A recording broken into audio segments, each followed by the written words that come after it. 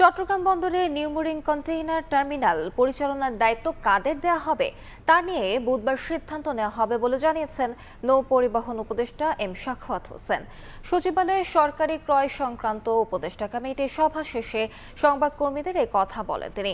উপদেষ্টা আরও বলেন, জাতীয় রাজস্ব বোর্ডের কর্মকর্তা কর্মচারীদের আন্দোলনে চট্টগ্রাম বন্দর 3 দিন বন্ধ থাকলেও আমদানি রফতানি বাণিজ্যে তেমন প্রভাব পড়েনি।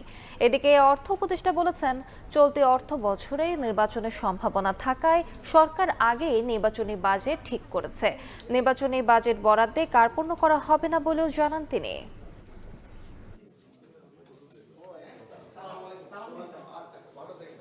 পোর্ট অ্যাকচুয়ালি বন্ধ ছিল না। পোর্টে যে অবস্থা ছিল 3-4 দিন একটা অলরেডি যেগুলি এক্সপোর্ট হওয়ার কথা ওগুলো ঢুকে গেছিলো, জাহাজীকরণ বাকি ছিল। কাজে ওইটাতে কোনো এফেক্ট হয়নি 3 দিন। যেটা এফেক্ট হয়েছে সেটা হচ্ছে এই জাহাজীকরণের পরে যেগুলো ভিতরে যাওয়ার কথা কাস্টম চেকিংয়ের পরে সেগুলোতে এফেক্ট হয়েছে। সিদ্ধান্ত হচ্ছে এখন যেটা আছে এটা বন্দর ডিসাইড করে কারা করবে, ডিপিএম 6 মাসের জন্য। চট্টগ্রাম বন্দরে কন্টেইনার হ্যান্ডলিং করার জন্য একটা আমাদের ইস্যু আছে, সেটা আমরা করছি, কারণ কন্টেইনার হ্যান্ডলিং এর ব্যাপারে একটু ইস্যু হচ্ছে। নির্বাচনের জন্য অর্থ যা বরাদ্দ দেওয়া হয়েছে এবং নির্বাচনীতে অর্থ যা দেওয়া হয় সেটা কোনো আমরা কার্পণ্য করবো না।